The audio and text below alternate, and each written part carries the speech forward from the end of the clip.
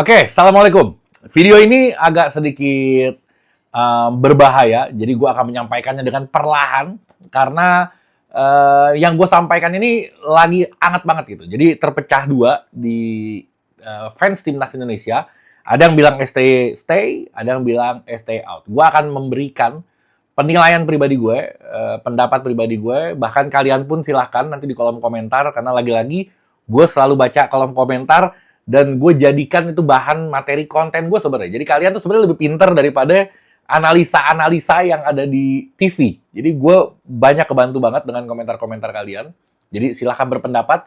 Yang penting jangan hakimi pendapat orang gitu. Kalau lu punya pendapat stay silahkan, kalau lu punya pendapat out silahkan. Dan gue akan memberikan pendapat gue di video kali ini. Jadi banyak banget, ada beberapa hal. Gue ternyata sekitar 9 poin mungkin tentang chemistry, tentang Eliano, tentang STY, tentang Pak Erick Thohir. Ada beberapa hal, nanti gue akan sampai ke sana. Sebelum itu, karena ini spesial, hari yang luar biasa, jadi kaos yang gue pakai ini, Indonesia, gue munculin keranjangnya di bawah. Kalau kalian beli dari video ini, itu gue akan kasih bonus parfum travel pack gue, yang best seller. Jadi ada parfum Fresca gue, best sellernya, itu ada kemasan travel pack-nya yang 10 mili, nanti gue akan selipin di kaos kalau kalian beli dari video ini. Jadi belinya jangan dari tempat lain, dari link dari toko yang Shopee yang muncul di bawah sini. Langsung pencet, langsung ke sana, nanti otomatis gue punya datanya, otomatis kalian mendapatkan bonusnya. Oke? Langsung gue mulai, bismillah. Stay in, stay atau stay out.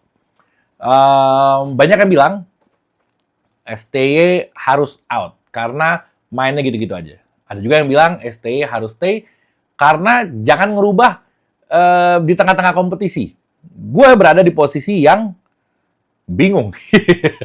Bukan bingung. Kalau gue ngeliat gini ya, itu mah terlepas dari dia bagus atau enggak, cuman memang melepas dia di saat-saat kompetisi seperti ini agak riskan. Gue takutnya pemain nanti belum tentu bisa nge-blend lagi dengan pelatih baru, apalagi pelatih barunya juga belum tahu kualitas pemain yang sekarang ada, itu malah bikin rancu gitu. Nggak bagus banget kalau saat ini harus diganti. Dan kontraknya pun nggak begitu. Kontraknya itu dikasih target. Kalau nggak salah lolos 4 besar, atau yang terbaru itu lolos ke Piala Dunia. Kalau target itu tercapai, ya harus dia dipertahankan. Tapi kalau targetnya nggak tercapai, ya memang udah seharusnya diganti gitu. Dan ini gue rasa ya, yang besarnya ya, waktu itu yang kecil-kecil sih banyak memang suara. Ini yang kedua kalinya setelah Piala Asia. Piala Asia waktu itu STY juga hampir tidak diperpanjang ketika Indonesia nggak lolos gitu. Yang dianggap nggak lolos ke ronde berikutnya. Akhirnya, karena nasibnya bagus aja, nasibnya bagus, luar biasa ini pelatih. Indonesia lolos dan dia diperpanjang kontraknya sampai sekarang gitu. Jadi waktu itu sempet tuh, rame juga kalau kalian masih ingat, sempet rame kalau STY out. Wah, ribut juga netizen kayak sekarang gini nih. Ada yang ngebela, ada yang hujat, apa segala macam, dan akhirnya Indonesia lolos, nasibnya luar biasa, dan akhirnya diperpanjang. Dan gue berharap juga sekarang, karena nasib dia bagus aja, nasib Sintayong selalu bagus, gue berharap juga nasibnya bagus, tiba-tiba kita lolos lagi, atau kayak gimana aja deh. Gue tahu, gue ada komen di IG gue kayak gini, Bang, di lain sisi, gue berharap Indonesia lolos. Tapi di lain sisi, gue pengen Sintayong nggak diperpanjang. Berarti kan nggak lolos. Nah, kalau Sintayong nggak diperpanjang, berarti Indonesia nggak lolos. Kalau Sintayong diperpanjang, berarti Indonesia lolos. Ini orang dalam keadaan kebingungan. Dan di replay sama banyak orang, bener bang, gue juga mikir kayak gitu. Lah kok sama bang? Jadi banyak yang sependapat sama dia. Dia pengen Indonesia lolos, tapi dia pengen STY diganti. Lo bayangin, pusing 7 keliling emang. Tapi suara itu ada. Jangan dihakimin, karena setiap orang punya pendapatnya masing-masing. Dan sah-sah aja gitu. Boleh-boleh aja. Kalian juga ngoceh berpendapat juga boleh. Gue juga boleh. Jangan dihakimi, tapi dihormati setiap pendapat dari orang. Oke? Sekarang kalah lawan Jepang. Gue udah bikin konten pendek sebenarnya di video sebelum ini. Kalau lawan Jepang kecewa, berarti kita udah merasa level kita tuh kayak Jerman, kayak Spanyol, ya nggak? Kayak tim-tim Eropa besar lainnya. Bagus apa nggak? Bagus. Berarti kita sudah merasa tim kita tim besar. Jerman kalah lawan Jepang, kecewa karena bagi dia bisa menang. Nah, Spanyol kalah lawan Jepang, nangis-nangis karena bagi dia, lah kok gue kalah lawan Jepang, gue harusnya bisa menang. Indonesia kalah lawan Jepang, kecewa, berarti kita kayak orang Spanyol sama orang Jerman. Keren itu bagus banget. Berarti itu adalah apa namanya? Kita sudah yakin dengan kualitas pemain kita sudah yakin dengan timnas kita. Dan memang kita punya peluang sebenarnya. Kita punya peluang ke arah sana. Jadi itu yang membuat kecewanya double. Itu buat kita nyesek. Karena kita punya peluang sama kayak orang Jerman, orang Spanyol juga mikir kayak gitu, tapi ternyata kita kalah dan kalahnya juga banyak lagi. Itu yang buat apa namanya? Itu yang buat kita sangat amat marah. Wajar-wajar aja.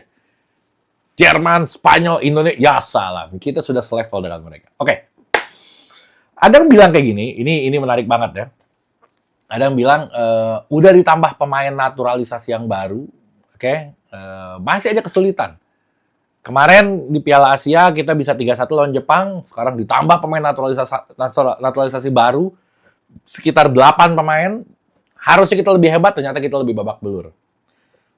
Terus, gue mau ngomentarin kayak gini, sebenarnya bener juga, nggak ada salahnya ngomongan kayak gitu, karena ya harusnya dengan tambahan kualitas pemain, timnas harusnya lebih bagus.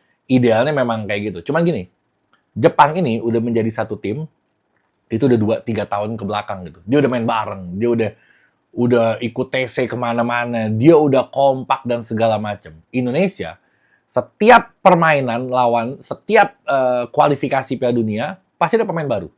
Entah itu ada Kevin Dix baru masuk, ada Hilgers baru masuk, ada J.I.Ces baru masuk, ada Tom Haye baru masuk. Jadi tim ini nggak pernah bermain secara utuh dalam waktu mungkin di atas 5 bulan. Jadi tim ini tuh sebenarnya baru terbentuk 3 bulan. Bayangin, Jepang rankingnya jauh di atas kita, dan dia sudah terbentuk menjadi tim selamat tahunan, sedangkan kita rankingnya jauh banget di bawah, dan value-nya juga, harga timnya juga, kita cuma 540 sekian miliar, sedangkan Jepang itu 5 triliun. Jauh-jauh yang luar biasa dari segala sisi. Terus yang tadi kita juga belum kompak karena baru beberapa bulan aja main bareng dan belum pernah main yang reguler, selalu ganti-ganti Sintayong squadnya. Bahkan kapten aja bisa pindah-pindah, lo bayangin saking kebingungannya tim kita nih, kapten aja bisa ntar Astawi, ntar J.I.Ces, ntar Rizky Ridho, ntar. Jadi apa namanya, dengan tim yang baru lahir ini, apa yang lo harapkan gitu? Lo berharap lo bisa ngalahin Jepang gitu? Nggak segampang itu. Bukan, kecuali gini ya, kecuali yang lo lawan nih misalkan ya, Bahrain, atau yang lo lawan misalkan kelasnya kayak apa ya, yang tipis-tipis sama kita lah. Kalau Vietnam, Thailand kan di bawah kita sekarang. Ya anggaplah Bahrain, Oman, Qatar misalkan. Kalau itu bisa kita merasa kita harusnya menang. Tapi kalau Jepang, lu gila lu. Jerman, Spanyol aja kesulitan lawan mereka gitu. Jadi kita juga harus menurunkan apa namanya, ekspektasi kita yang merasa kalau tim kita ini sebenarnya belum sehebat itu. Akan hebat, tapi belum. Baru 3 bulan, Bos. Ini belum, boro-boro lu main sama temen lu 3 bulan ini belum akrab gitu. Lu belum tahu nama bapaknya, lu belum tahu nama emaknya. Jadi jangan terburu-buru, santai aja. Masih ada waktu, dan ini juga belum berakhir, masih ada peluang. Kita poin 3, peringkat keduanya poinnya 6. Selisih cuma 1 game doang. Belum kiamat, masih bisa. Insya Allah, kita doa aja, ntar Allah bantuin. Oke? Terus, sekarang gini, ada pertanyaan lagi muncul. Oke, sekarang misalkan tim kualitasnya bertambah dengan ditambahnya pemain. Oke? Kita udah bisa, lumayan lah kita sampai di level ini, karena squad ini kan bagus. Nah, ada yang nanya kayak gini. Ini terkaitan dengan yang Sintayong yang tadi ya. Sekarang kalau pelatihnya bukan Sintayong, kira-kira sama nggak? Kita bisa sebagus ini nggak? Oke? Dilatih Sintayong, kita bisa sampai ronde 3, kita bisa sampai saat ini dengan pemain tambahan baru, oke? Kalau dilatihnya bukan sama Sintayong, misalkan sama orang lain, kira-kira kita bisa sebagus ini, apa kita nggak bisa sebagus ini? Silahkan kalian jawab, karena itu pertanyaannya, apa ya?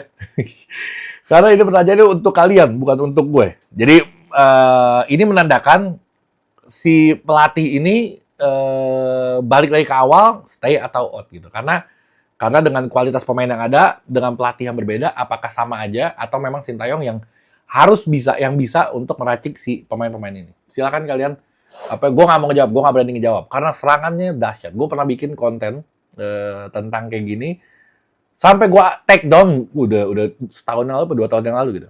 Karena serangan dari netizen itu luar biasa dahsyat gitu. Oke? Sekarang Apa nih catatan gue berikutnya? Kalau catatan yang Jepang ya, yang lawan Jepang kemarin, gue ngelihat Indonesia banyak bikin kesalahan memang. Indonesia banyak bikin kesalahan, tapi Jepang juga ada bikin kesalahan juga. Salah satunya peluang dari Ragnar Oratmangun gitu. Nah, bedanya kesalahan yang kita bikin itu sama Jepang bisa dimanfaatin jadi gol, tapi kesalahan yang Jepang bikin sama kita nggak bisa dimanfaatin jadi gol. Tapi bukan karena itu tim kita jadi kalah. Gue di sini ya, di topik ini, gue kurang sependapat sama pernyataan Sintayong yang bilang, bagi gue nggak etis banget. Yang bilang kayak gini, ada peluang dari Ragnar Oratmangun, dia bilang, kalau aja, dan dia nggak bisa memanfaatkan itu menjadi sebuah gol.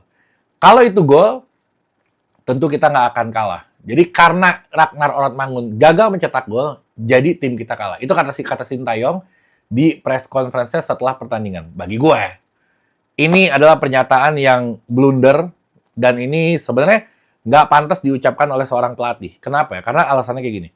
Kalau misalkan tim itu bagus, misalkan menang, bagus, lu juga nggak bisa muji satu pemain, dua pemain gitu. Nggak bisa juga. Karena timnya menang. Sekarang kalau misalkan cuma satu, dua pemain, nanti yang lain bisa sirik juga gitu. Karena semuanya berjuang. Nah, ketika tim kita kalah, yang salah juga jangan satu, dua pemain. Semuanya juga harus merasa salah. Bahkan gue angkat topi sama Pak Erick Thohir yang dia bisa minta maaf gitu. Padahal bukan kesalahan dia. Dia bisa minta maaf, bahkan dia ngancem kalau misalkan kalian nggak percaya sama saya, ya saya mendingan saya mundur gitu. Gue ngelihat ini kayak sindiran keras ya. Dan bagi gue itu lelaki sejati gitu, karena dia bisa minta maaf padahal bukan kesalahan dia gitu.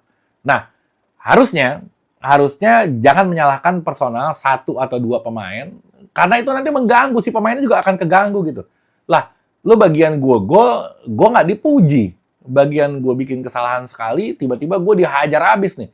Nanti ada game yang penting berikutnya itu bisa mengganggu konsentrasi pemain. Sekarang kalau satu pemain dia mentalnya terganggu, ada temen yang ikut kecewa juga.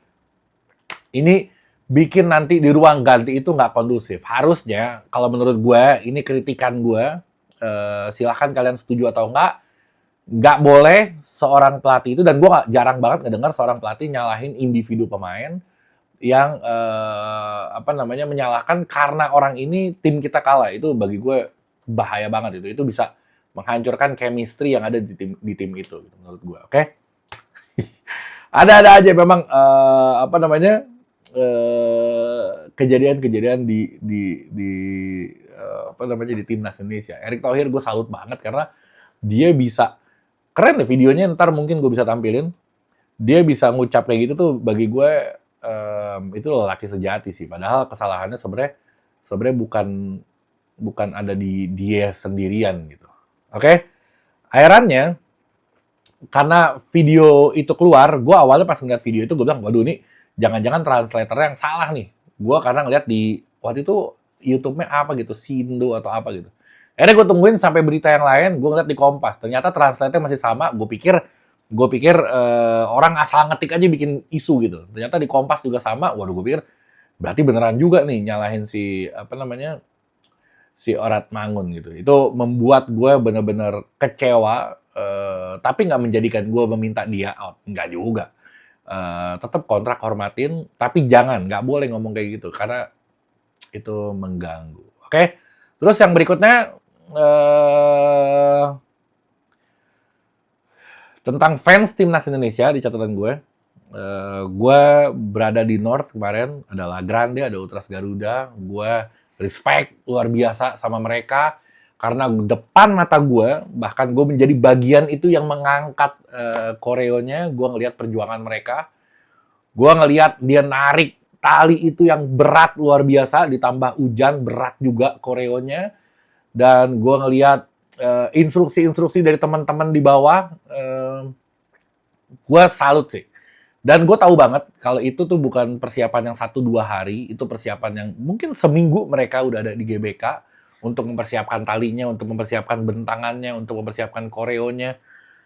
Gue sangat amat hormat sama teman-teman ini, Ultras Garuda, Lagrande, keduanya sama-sama membuat pertandingan kemarin itu semakin menarik gitu. Bahkan disaksikan sama supporter Jepang, ya gue cukup bangga gitu. Gue cukup bangga dan menjadi perhatian media Jepang juga aksi koreo itu, dan nyanyi selama 90 menit tanpa henti walaupun kita udah ketinggalan. Gue sih nggak tahu lagi mesti mengucap kalimat apa sama fans ini, dan luar biasa lah. Pokoknya terima kasih untuk kalian yang terlibat di sana. Luar biasa, gue ngeliat videonya yang sampai narik-narik, lari-lari, segala macam, ngasih instruksi, hujan-hujanan. Dan yang paling bikin gue merinding adalah ketika gue ngeliat mereka merayakan keberhasilan itu di pinggir lapangan, sambil peluk-pelukan, sambil hujan-hujanan. Itu keren banget sih, oke? Jadi selamat untuk kesuksesan kalian, dan terima kasih untuk dukungannya. Kalian memang selalu istimewa, oke? Sekian dari gue, assalamualaikum warahmatullahi wabarakatuh.